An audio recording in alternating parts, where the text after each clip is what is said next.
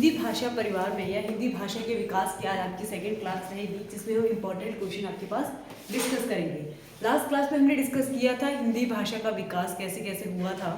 ठीक है, आपके पास लौकिक संस्कृति आई थी, संस्कृत पहले आई थी, फिर लौकिक संस्कृति, उसके बाद आपके पास पाली के बाद प्राकृत, प्राकृत के बाद अपभ्रंश, और अपभ्रंश से आपके पास क्या पैदा होता है, अवहट, और जिसमें हमने इसकी 5 बोलियां और इसकी क्या देखी थी, परिवार, भाषा के उपभाषाएं और इसकी बोलियां देखी थी, और भाषा का परिवार विकास कैसे कैसे आपके पास हुआ था। ठीक है, तो आज भी आपके पास भाषा परिवार से इम्पोर्टेंट क्वेश्चन जो आपके पास करेंगे, भाषा परिवार और विकास से आपके पास इम्पोर्टेंट क्वेश्चन कौन कौन से आएंगे। तो सबसे पहला क्वेश्चन आपके पास आएगा, हिंदी किस भाषा परिवार का हिस्सा है या भाग है। हिंदी किस भाषा परिवार की ही भाषा या शाखा है।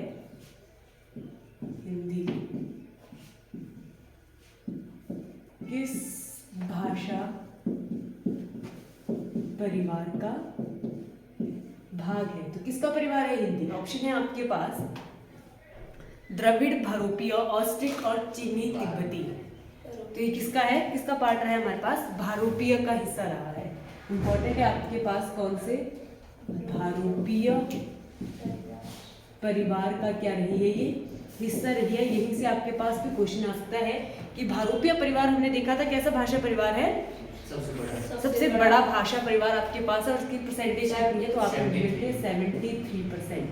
सबसे बड़ा भाषीय परिवार हमारे पास है भारोपीय परिवार। और हमने कौन कौन से परिवार देखे थे, द्रविड़ परिवार, ऑस्ट्रिक और चीनी तिब्बती परिवार। तो सबसे ज्यादा मात्रा में आपके पास भारोपीय परिवार है जिसमें हिंदी आती है, और सेकंड लार्जेस्ट कौन है आपका, द्रविड़ भाषा परिवार। यहाँ से क्वेश्चन क्लियर हो गया। नेक्स्ट क्वेश्चन आपके पास आता है, भारत में सर्वाधिक बोली जाने वाली भाषा कौन सी है। सर्वाधिक मात्रा में आपके पास कौन सी लैंग्वेज यूज करी जाती है। ऑप्शन है आपके पास, ऑप्शन के अकॉर्डिंग चलेंगे, संस्कृत, हिंदी, तमिल और उर्दू। तो सबसे अधिक आपके पास किस लैंग्वेज को यूज किया जाता है, हिंदी को यूज किया जाता है। और आपके पास नेक्स्ट क्वेश्चन हमारे पास आता है, हिंदी भाषा में कितनी उपभाषाएं हैं। यहाँ पे भी कंफ्यूजन है, कितनी उपभाषाएं हैं, तो हमारे पास 5 उपभाषाएं हैं। 5 उपभाषाएं हम देख लेंगे कौन कौन सी, मैंने आपको मैप के अकॉर्डिंग भी करवाया था।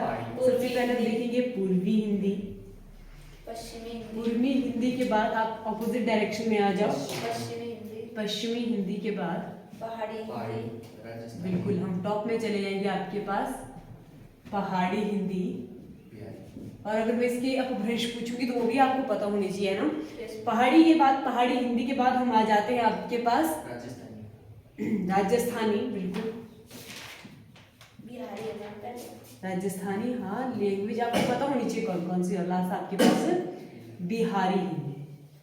और इन्हीं से आपके पास क्वेश्चन बहुत सारे बनते हैं कि किस भाषा का हिस्सा ये रह चुकी है। तो आपकी 5 उपभाषाएं कौन कौन सी हैं, मैप के अकॉर्डिंग हम इनको फिर से आपके पास करने जा रहे हैं, क्या रिकैपिचुलेट कर रहे हैं इसको। यहाँ पे आपके पास पूर्वी हिंदी आएगी, पश्चिमी हिंदी, पहाड़ी हिंदी, यहाँ पे आपके पास बिहारी, और यहाँ पर राजस्थानी। टोटल आपके पास कितनी हिंदी हो जाएंगी, कितने पार्ट हो जाएंगे, 5 आपके पास उपभाषाएं हो जाएंगी हिंदी की। क्लियर हो गया। और अपभ्रंश से आपके पास अगर क्वेश्चन बनता है, अपभ्रंश कौन कौन सी लैंग्वेजेस में आते हैं, पूर्वी हिंदी, पश्चिमी हिंदी, पहाड़ी हिंदी, आपके पास राजस्थानी, थोड़ा सा मैप का भी तो ध्यान रखना है, राजस्थान के बाद बिहारी हिंदी। तो हिंदी भाषा में कितने मान्य अपभ्रंश हैं, 4। तो हिंदी भाषा में जो विद्वानों के अकॉर्डिंग दिए गए अपभ्रंश है वो कितने हैं, 4 हैं। और आपके पास इनके अगर लोकेशन पूछी जाती है कि किस अपभ्रंश में कौन सी हिंदी आती है आपकी, लिख लेंगे हमारे जो अपभ्रंश आते हैं ये क्या है, हमारी ये है उपभाषाएं। और अब हम बात कर रहे हैं किसकी, अपभ्रंश की। तो हिंदी की जननी आपके अवहट को कहा जाता है। अगर अवहट ऑप्शन नहीं हो तो आपके पास अपभ्रंश आएगा। ठीक है, 4 अपभ्रंश आपके पास कौन कौन से हैं? सबसे पहले आएगा शौरसैनी। सबसे पहला कौन सा है? शौरसैनी। शौरसैनी के बाद दूसरा अपभ्रंश आपके पास मगधी। आपके पास कौन सा आएगा? मगधी अपभ्रंश। मगधी के बाद हम देखेंगे आपका अर्धमगधी अपभ्रंश। और चौथा आएगा आपके पास खश अपभ्रंश, जो आपके नॉर्थ में आएगा, खश अपभ्रंश। अगर लैंग्वेज को हम कवर करेंगे तो आपके पास ये किस में आती है? शौरसैनी किस अपभ्रंश में आएगी, सॉरी किस बोली में आएगी? तो शौरसैनी आपके पास आएगी पश्चिमी हिंदी। ठीक है, मैंने आपको कल भी ये करवाए थे। शौरसैनी आपके पास पश्चिमी में आएगी। मगधी आपके पास सेंटर में, मगधी, क्योंकि मगध साम्राज्य मगधी। ईस्ट जो पूर्वी हिंदी है वहां पे आपके पास आएगी अर्धमगधी। और जो आपके पास पहाड़ी है वहां पे कौन सा अपभ्रंश आएगा? खश अपभ्रंश। तो खश आपके पास आर्यों की थर्ड जनरेशन को कहा जाता है। ये आप देखेंगे आपके क्लास में। तो 4 अपभ्रंश हमने फैला दिए हैं। और आपके पास क्वेश्चन यहीं से एक और बना जाता है, भरत मुनि के अनुसार कितने अपभ्रंश हैं? तो 4 तो ये कॉमन रहेंगे ही रहेंगे। जो भरत मुनि आपके पास 3 और ऐड कर रहे हैं वो कौन कौन से होंगे? ये लिख लिया ना आपने। अपभ्रंशों की संख्या अगर आपके पास नॉर्मल पूछा जाता है तो 4 अपभ्रंश है, शौरसैनी, मगधी, अर्धमगधी और खश। जो आपके पास भरत मुनि है उन्होंने 3 आपके पास और अपभ्रंश किए हैं। टोटल भरत मुनि के अकॉर्डिंग 7 अपभ्रंश होते हैं। 3 और कौन कौन से हैं? ब्राह्मण अपभ्रंश। ब्राह्मण के बाद महाराष्ट्री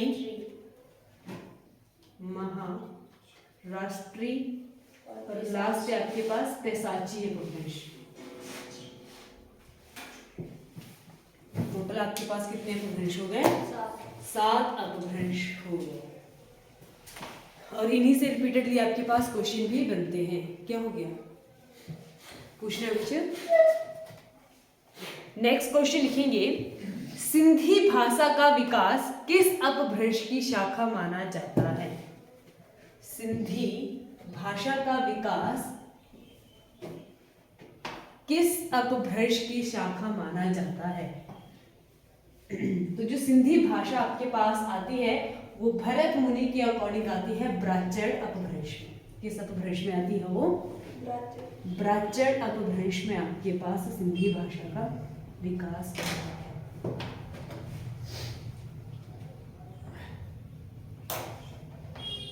नेक्स्ट क्वेश्चन लिखेंगे, पूर्वी हिंदी बोलियों का विकास किस अपभ्रंश में आता है? ये भी आपका अपभ्रंश से क्वेश्चन हुआ। पूर्वी हिंदी, तो अगर आपने मैप को ध्यान से देखा होगा तो पूर्वी हिंदी किस अपभ्रंश में आती है? ये आती है अर्धमगधी अपभ्रंश।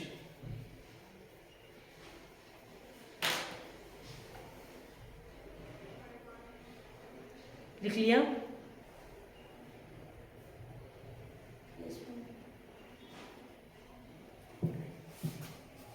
आधुनिक भारतीय में आर्य भाषाओं का उदय पूर्व से, लिख लो, आधुनिक भारतीय आर्य भाषाओं के उदय से पूर्व,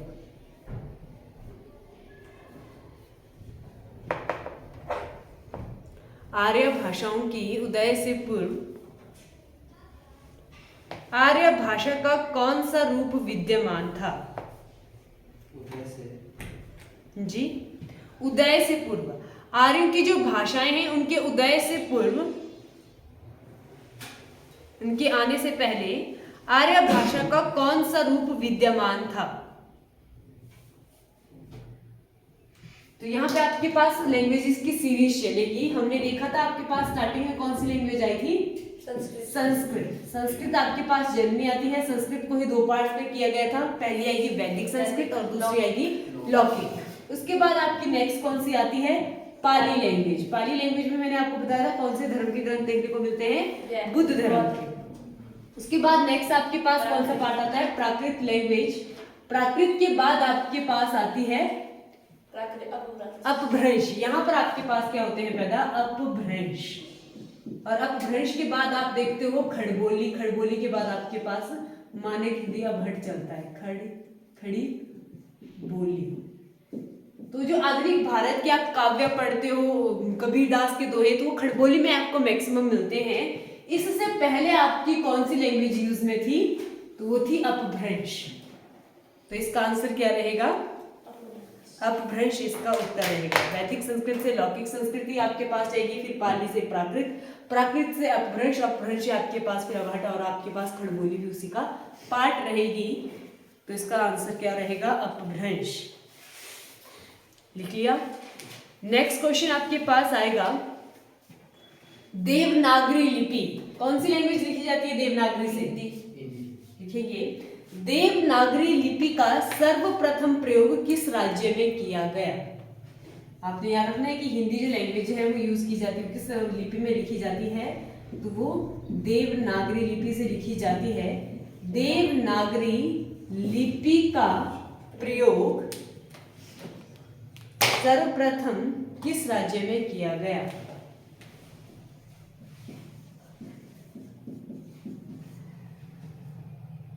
प्रथम किस राज्य में किया गया? तो ये आपके पास वन लाइनर क्वेश्चन आएगा। इसको किया गया है गुजरात में यूज। कहाँ किया गया है? गुजरात में। गुजरात।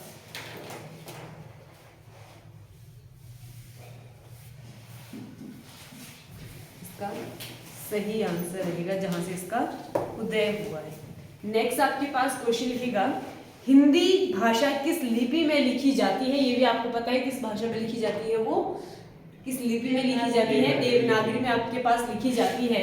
और क्वेश्चन आपके पास आता है अशोक के अभिलेख। सुना है आपने शिलालेखों के बारे में? तो कौन से लैंग्वेज में लिखे गए? इंपॉर्टेंट है। अशोक के अभिलेख किस लिपि में आपको देखने को मिलेंगे? तो ये आपके पास इनके अलग अलग प्लेस रहे हैं अशोक के अभिलेखों के। शिलालेख, सॉरी अभिलेख नहीं, शिलालेख।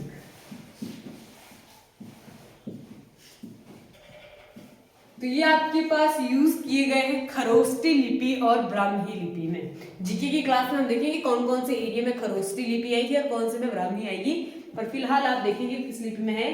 खरोष्टी और ब्राह्मी लिपि में अशोक के अभिलेख प्राप्त हुए हैं। जी, शिलालेख अभिलेख प्राप्त हुए हैं। किस लैंग्वेज में, किस लिपि की बात करेंगे हम? खरोष्टी और लिपि की। ठीक है। अब देवनागरी लिपि से एक और क्वेश्चन आपके पास आता है, देवनागरी लिपि मूलतः क्या है और इसको किस तरफ लिखा जाता है? तो ये आपके पास अक्षरात्मक लिपि है, लिख लेंगे। देवनागरी लिपि किस प्रकार की लिपि है? ये देवनागरी, नाम से पता लगे कि देवों के द्वारा यूज की हुई। तो ये आपके पास है अक्षरात्मक लिपि। अक्षरात्मक है, अक्षर की तरह आपको ये दिख रहे हैं और इसको यूज किया जाता है। तो आप देख रहे हो इसको कैसे यूज करते हैं हम? बाएं से दाएं तरफ। इंपॉर्टेंट है। तो देवनागरी लिपि को हम बाएं से दाईं तरफ लिखते हैं। और आपके पास दाएं से बाईं कौन सी लिपि लिखी गई थी? सिंधु घाटी सभ्यता में जो हमें प्राप्त हुई थी। तो ये भी आपके पास बाएं से दाएं क्वेश्चन बनता है और दाएं से बाएं भी इंपॉर्टेंट क्वेश्चन आपके पास बनता है। क्लियर हो गया? नेक्स्ट क्वेश्चन लिखेंगे, हिंदी भाषा किस, लिख लो, हिंदी भाषा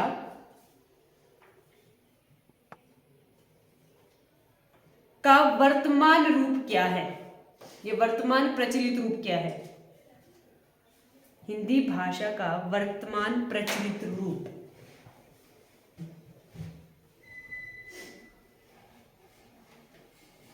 हिंदी भाषा का वर्तमान प्रचलित रूप क्या कहलाता है? तो वो कहलाता है खड़बोली। इंपॉर्टेंट है।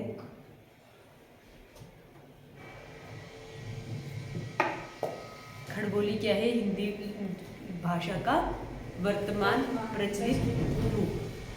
नेक्स्ट लिखेंगे, कौन सी भाषा संस्कृत का अपभ्रंश है? ऑप्शन है आपके पास अपभ्रंशता टाइम के साथ ये चेंज होती है, तो सीरीज को ध्यान में रखना है आपने।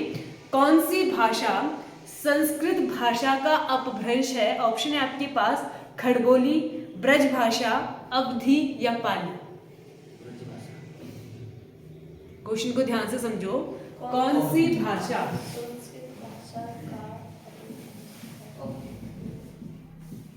कौन सी भाषा संस्कृत का अपभ्रंश है?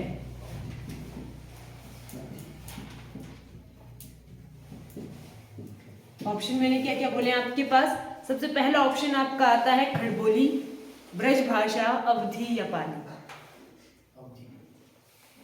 तो इसका सही आंसर, अब तुम सारा देखोगे, हमने ब्रज बोली देखी, ये भी क्या आती है तुम्हारी बोलियों में आती है, उपभाषा में नहीं आ रही है ना। उपभाषा में तो खैर कोई भी ऑप्शन नहीं है, तीनों ऑप्शन आपके पास कॉमन है। इसमें आपके पास कौन कौन सी? खड़बोली, ब्रज भाषा और कौन सी ऑप्शन थी? अवधी। ये आपके पास बोलियों में आती है, पर सीरीज में हमारे पास संस्कृत के बाद ये जो अपभ्रंश होता है ये मॉडिफाइड रूप होता है। जैसे संस्कृत के बाद हम यूज कर रहे थे वैदिक संस्कृत, वैदिक संस्कृत के बाद लौकिक संस्कृत, लौकिक संस्कृत के बाद हम किस में एंटर हुए थे? पाली में। तो जो संस्कृत से मॉडिफाई होकर हम किस लैंग्वेज में एंटर करते हैं? तो इसका सही आंसर रहेगा पाली में एंट्री कर रहे हैं हम। और पाली का अपभ्रंश रूप पूछा जाएगा तो प्राकृत, और प्राकृत का अपभ्रंश आपके पास अवहट आपके पास कहलाएगा। तो ये मॉडिफाइड होता है आपके पास, समझे? थोड़ा सा लॉजिक लगा दिया करो इन चीजों में, तुक्के नहीं लगाने होते हैं। नेक्स्ट क्वेश्चन लिखेंगे, भारतीय संविधान में किन अनुच्छेदों में राज्य भाषा संबंधी प्रावधान का उल्लेख मिलता है? या किस आर्टिकल में आपके पास हिंदी को जो है राज्य भाषा घोषित किया गया है? सिंपल सा क्वेश्चन है आपके पास। क्वेश्चन में क्या बोल रही हूँ कि किस कॉन्स्टिट्यूशन, कौन से एक्ट में, कौन से आर्टिकल में, अनुच्छेद में, किस अनुच्छेद में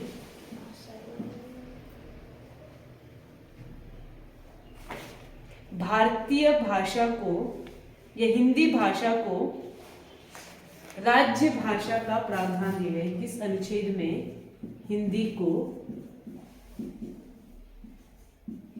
राज्य भाषा घोषित किया गया है, ये राज्य भाषा का प्रावधान दिया गया है? तो ये आपके पास आर्टिकल आता है आर्टिकल 343। इंपॉर्टेंट आपने याद रखना है कौन सा एक्ट है।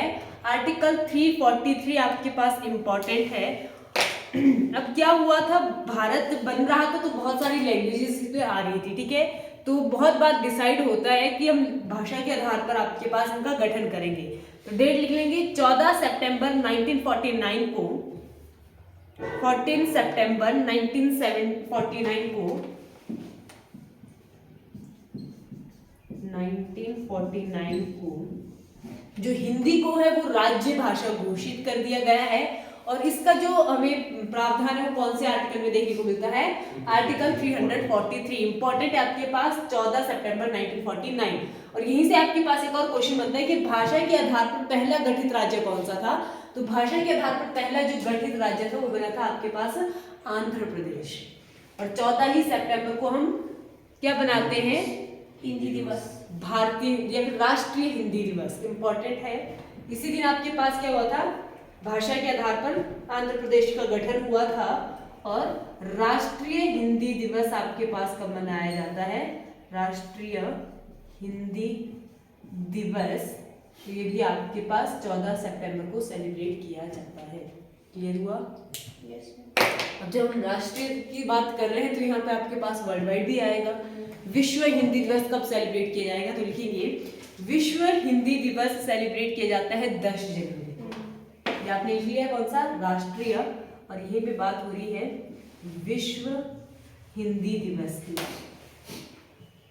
तो आपके पास कब आएगा? 10 जनवरी को सेलिब्रेट किया जाता है विश्व हिंदी दिवस। और आर्टिकल को पता लग गया कौन से आर्टिकल में आपके पास आता है? आर्टिकल 343 से लेकर 51 तक आपके पास 51 तक आपके पास हिंदी भाषा के बारे में ही बात की गई है। इसको राज्य भाषा घोषित किया गया है। ये राष्ट्रीय भाषा नहीं बनी है, कैसी भाषा है अभी? राज्य भाषा ही है। नेक्स्ट क्वेश्चन लिखेंगे,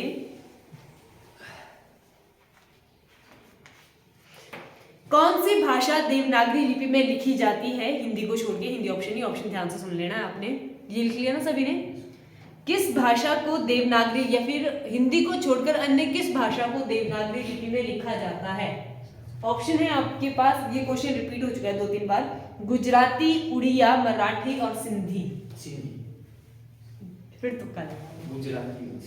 अब 4 तो ऑप्शन है, 2 तुमने बोल दिए, 2 और बोल देगा और आंसर आ ही जाएगा। क्यों? क्या बोला? गुजराती, मराठी, गुजराती, उड़िया, मराठी और सिंधी। सिंधी किस में लिखवाई थी मैंने आपको?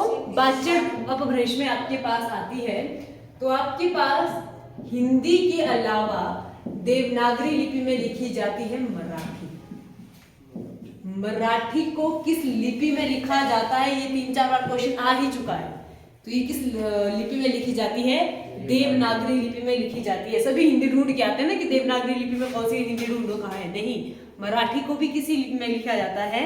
देवनागरी लिपि में ही लिखा जाता है।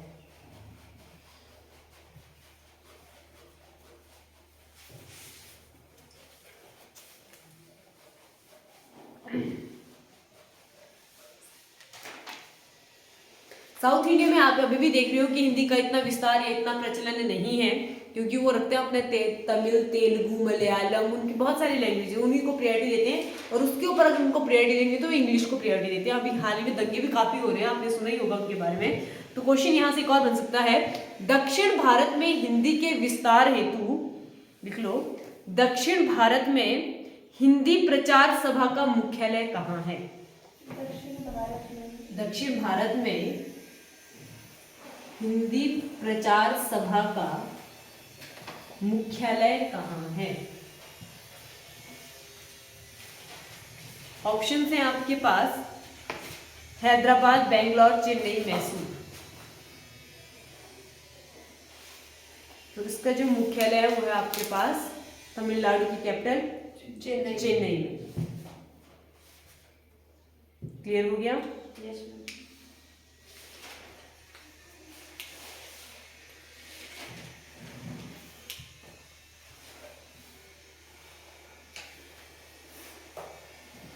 हिंदी भाषा की जननी है, ऑप्शन है आपके पास, संस्कृत, पाली, प्राकृत, अपभ्रंश।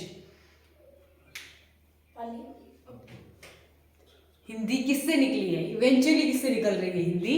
संस्कृत से निकल रही है। तो डायरेक्ट ना डेप्थ में नहीं जाना है, तो ये आपका पास क्या रहेगा? संस्कृत। आदि जननी पूछी गई है शुरू से आपके पास।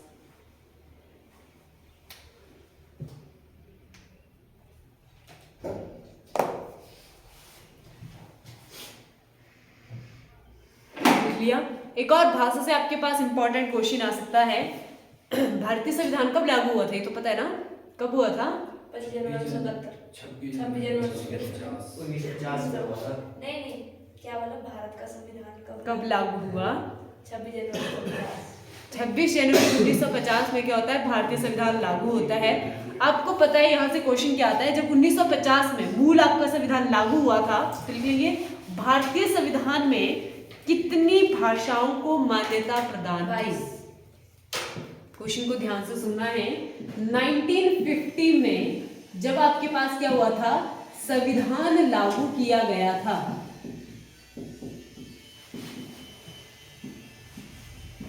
तो आपके पास कितनी भाषाओं को मान्यता दी गई? कितनी भाषाओं को मान्यता दी गई? ऑप्शन दूं मैं आपको? ऑप्शन है आपके पास 2, 16, 14 और 22। सारे घूम रहे हैं, ये बताओ कोई और? 16 और 22, 2 ऑप्शन रह गए, तुम वो बोल दो। तो आपके पास संविधान ने जो मान्यता प्रदान की थी, जब इंप्लीमेंट हुआ था आपके पास कॉन्स्टिट्यूशन, तो मान्यता प्रदान थी केवल और केवल 14 लैंग्वेजेस को। कितनी भाषाओं को मान्यता प्रदान थी? मात्र 14 भाषाओं को मान्यता प्राप्त थी। और करंट डेट में अगर आप कॉन्स्टिट्यूशन में देखोगे तो आपके पास 8वीं अनुसूची में 22 भाषाओं को मान्यता प्रदान है। ये आपके पास है जब संविधान लागू हुआ था। और एक आता है आपके पास वर्तमान का डाटा, तो वर्तमान में आपके पास कितनी लैंग्वेजेस को मान्यता प्राप्त है? 22। ध्यान रखिए ये चीजें। 1950 में आपके पास कितनी थी? कॉन्स्टिट्यूशन में सुधार हुए, जैसे अनुसूचियों में सुधार हुए। पहले 8 अनुसूचियां थी और 8वीं अनुसूची में भाषाओं के बारे में बात की गई है। ये भी इंपॉर्टेंट है और ये भी क्वेश्चन आ सकता है कि भारत किस अनुसूची में जो है वो भाषाओं को रखा गया है, तो रखा गया है 8वीं अनुसूची में। और करंट डेट में 8वीं अनुसूची में कितनी भाषाएं शामिल की गई हैं? 22 भाषाएं। यहाँ तक क्लियर हुआ सभी को? किसी को कुछ पूछना है? तो ये आपके पास भाषा विकास और भाषा परिवार से डायरेक्ट क्वेश्चन आपके पास बने थे, इसीलिए इंट्रोडक्शन के बाद हमने इनको क्लोज कर लिए हैं। तो ये इंपॉर्टेंट क्वेश्चन थे जो एग्जाम में पूछे जा चुके हैं।